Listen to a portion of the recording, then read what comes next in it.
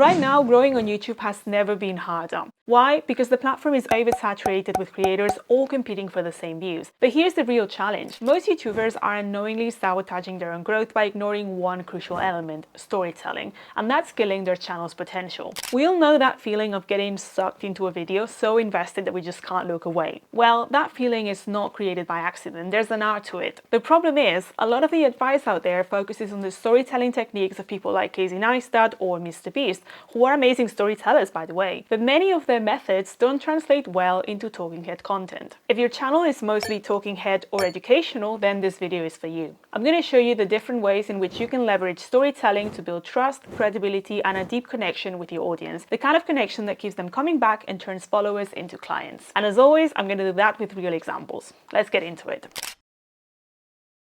I feel like the only right way to start this video is by showing you the masterpiece that got me into storytelling in the first place. I had no idea storytelling was even a thing until I watched this video by an amazing creator called Vincent Chan. This is the most viewed video on Vincent's channel, and it's no coincidence. It's the story of how he quit his high-paying job to become a full-time creator. Now that in itself is interesting enough for anyone who wants to do something similar. But even if you don't, this video hooks you in, and it's all because of the stories. He doesn't just tell you the 3 reasons or realizations that led to him quitting. Instead, he shares the story of how he came to each realization. Let me show you exactly what I mean. One night, and I remember this very vividly, I was so frustrated at work because I realized that I had to work late. It was already, I don't know, past 7 or 8 p.m.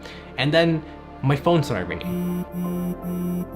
And I checked and I saw that my mom was calling me. And my first thought wasn't, this is nice, my mom is calling me. Instead, my thought was, what does she want now? I picked up the phone and she asked in the very sweet and kind, sweet mom voice, are you coming home for dinner or should I save you food? And I remember talking back to that phone and my voice was so angry and so annoyed, as if she said something that was completely outrageous. And what I said was, no, I don't have time, and then I hung up. And after that call, believe it or not, I was still angry, as if I hadn't just acted like a complete asshole to my own mom. And I just kept on working. And it wasn't until I went back home and I stepped into the door and I saw my mom. She was happy to see me. She was excited to see me. She asked me how was work, and she brought out the dinner that she saved me and that she made for me. And the only thought I had at that moment was, wow, I'm a total asshole. I chose to spend extra hours of my life so I could help finish a project to achieve their dreams over my own family. And that's when I learned my first lesson.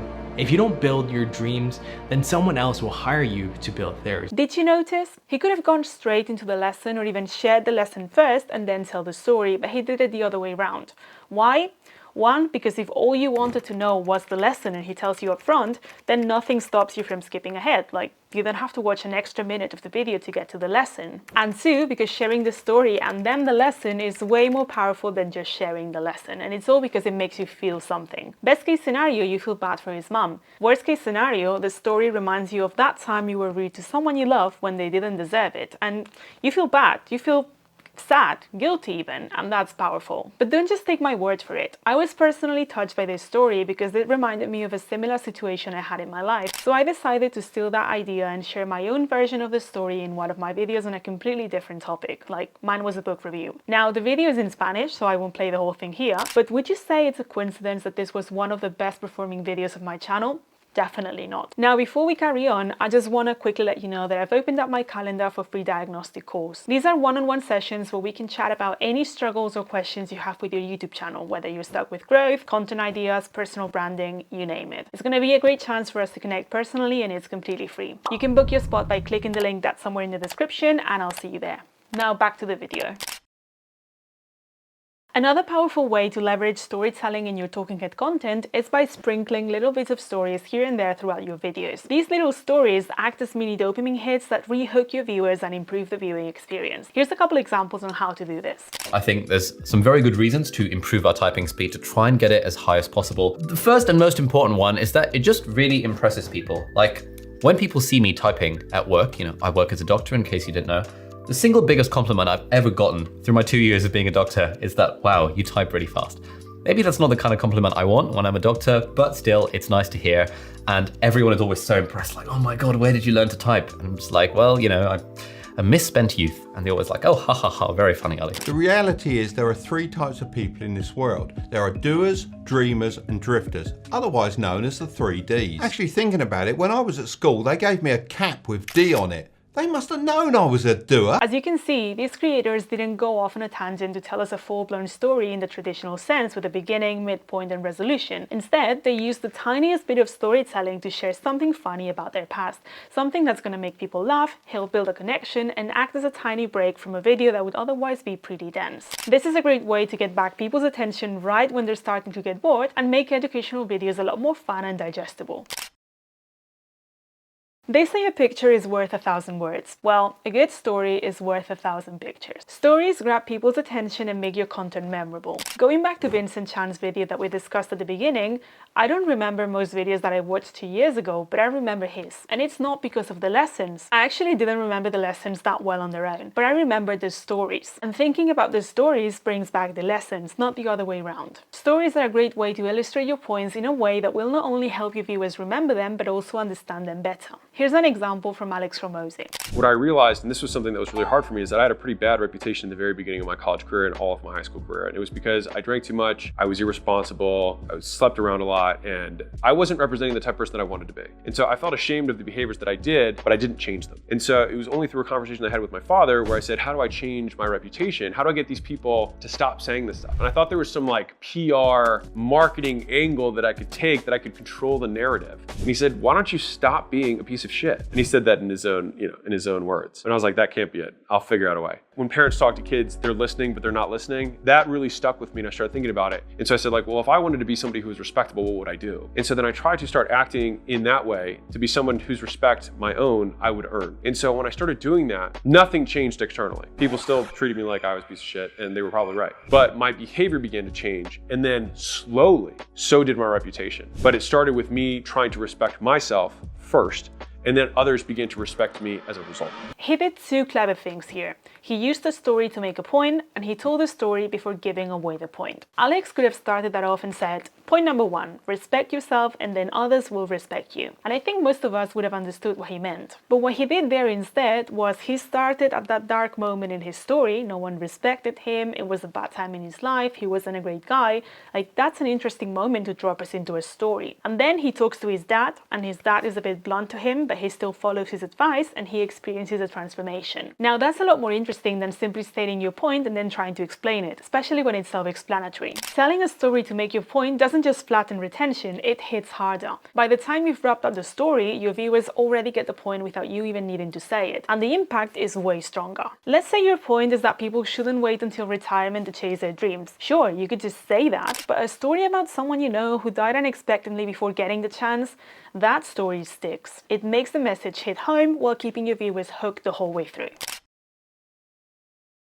Stories are crucial to building a strong personal brand. Strong personal brands are based on authenticity and a number of key elements such as an origin story, a set of values, and common enemies. People secretly question why you do what you do and why you're uniquely placed to fulfill your mission.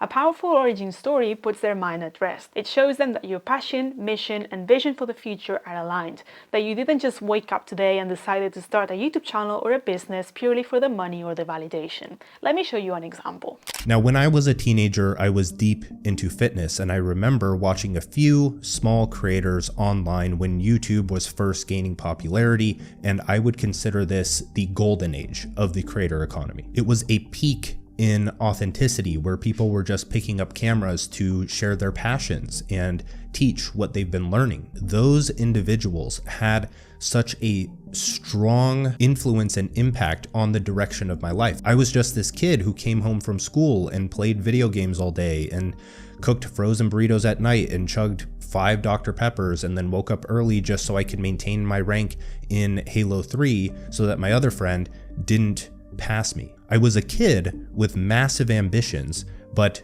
didn't have the knowledge or even the awareness of how to make those ambitions a reality. So I can't thank those creators enough for changing the direction of my life, and I hope that I can be that person for a lot of people. I would say that's one of my driving forces behind actually creating these videos. And with this video, I've kind of re-sparked my desire to at least help create what you would call a second renaissance of these creators. And not that I want to be the guiding light of them. I just want to be a role model and share my passions and the things that I'm learning throughout life, and hopefully that changes the direction of some of your lives. I've cut down stories short for the sake of not turning this video into a movie, but after hearing this story, could you question his passion? I don't think so. In order to trust you and connect with you, people need to have clarity that what you're up to today has an origin story, that there are things about your background and your past that really line up for this, that you're not some Johnny-come-lately to whatever you're doing today, and that your mission and your vision for the future, your North Star, really matter to you. The most effective way to communicate all of this is through stories. And same goes for your values. You could say that honesty and hard work are two of your values, but that's not enough for people to trust you. Words are cheap. Instead, share a story of a time where you were honest or worked hard and succeeded. Or even better, show it in your videos. People will subconsciously pick up on those traits even if they're not being explicitly mentioned. Daniel Dalen, for example, is someone who does this really well. He never says he's this or that. He takes you along and shows you. This was me in 2019, but much more interestingly, this was my calendar in 2019. At the time, I was working 5 part-time jobs and studying 2.5 degrees all at once. And actually, it was quite a blissful time before I even knew that this productivity video sphere even existed. So all of the tips and techniques that I was using to manage my time just were coming through myself, and through a lot actually of trial and error. And now, a few years later, I feel much more read on the topic. And very interestingly, I found that a lot of the tips and formulas that I had developed to manage my own schedule were very similar to those that the literature had found and that experts have found. So today I thought it would be quite interesting to walk you through exactly how I plan and schedule my calendar from the bottom up for a very, very busy week, and showing you all of the rules, the schedules, the formulas, and the systems that I create to kind of make the ideal week happen for me in a way. These are both evidence-based tips and tips just based on my experience, but hopefully they will be helpful to you. What you just watched is the hook of Elizabeth Phillips' best performing video titled How I Consistently Study with a Full-Time Job, My Scheduling Formula. Stories work very well in hooks because they're relatable and instantly grab attention, but in Elizabeth's case, her hook is doing something more. It's also answering the question, why should you listen to me? Why am I qualified to talk about this? In fact, if you take the time to watch other videos on her channel, such as this and this and this and this and many more, her hooks almost always include some storytelling to qualify herself, to establish credibility. You could do the same thing by mentioning an official qualification that you have, or by sharing your results, but a story will grab more attention and keep people listening for longer. So whenever you're talking from experience, be it your own or someone else's, don't just say, I did X or I achieved Y. Share the story of how you did it, how things were before, what changed, the obstacles that you overcame, and the transformation that you experienced. Always tell people why they should listen to you. And when you can, use a story to do this in the most impactful and immersive way. Now, this doesn't mean you need to fill your videos with stories. Like anything else, it's about finding the right balance, and often less is more. Forget about retention and other self-serving goals. Always ask yourself if your stories are adding value to your viewers, and only use them when they genuinely enhance your content. Overdoing it or telling irrelevant stories will harm your video, and over time it can damage your reputation too, because people will see through it and realize that you're just dragging things out unnecessarily. I hope this helped. If you like this video and you want to see how another super successful creator has used storytelling to blow up his channel, check out this video here where I break down exactly how he's done it. Thanks for watching, and I'll see you in the next one.